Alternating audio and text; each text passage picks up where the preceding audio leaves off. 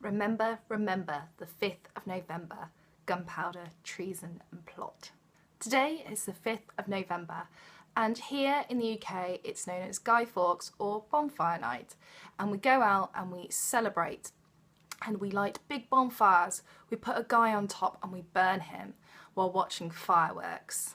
Today I thought I'd give you a brief history on Guy Fawkes, why we celebrate Guy Fawkes Night. So here we go, I hope you enjoy it. It was nearly midnight on the 4th of November 1605 and down in the cellar something treasonous was occurring. Sick of King James, that's King James I or King James VI, depending on which way you want to look at it. Sick of his anti-Catholic laws, plotters, in particular Catholic plotters that is, decided that they wanted a change. And they decided what they were going to do, they were going to blow up Parliament while the King was inside. Here enters Guy Fawkes. Guy Fawkes was a soldier. He was serving for the Spanish army and he was approached by the plotters and they wanted him on board because he had a knowledge of working with gunpowder.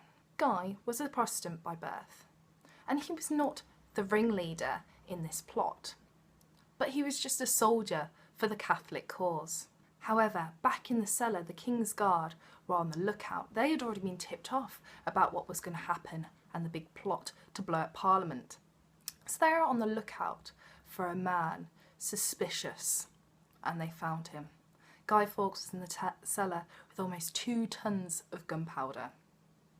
He was caught, he was taken to the tower, there he was tortured and later executed.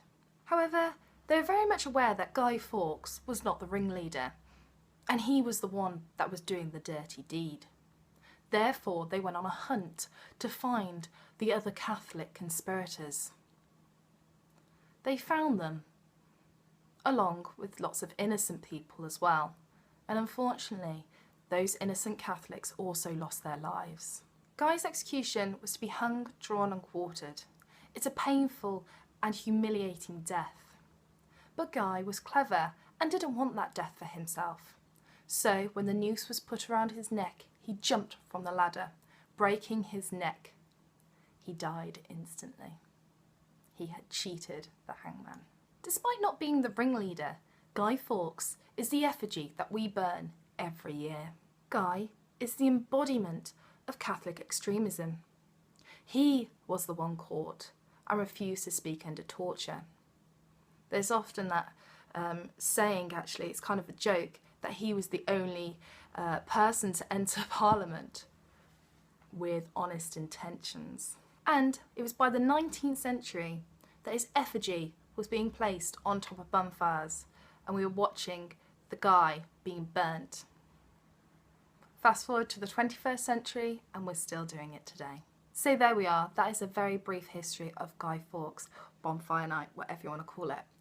I hope you all have a very enjoyable Guy Fawkes or Bonfire Night. Myself personally, I absolutely hate the sound of fireworks, so I'm actually going to be watching from my living room window. I hope you all enjoyed this video. Let me know in the comments section down below if you'd like to see more videos like this where I talk about a brief history on a topic, and I shall see you soon for the next video. Take care, bye!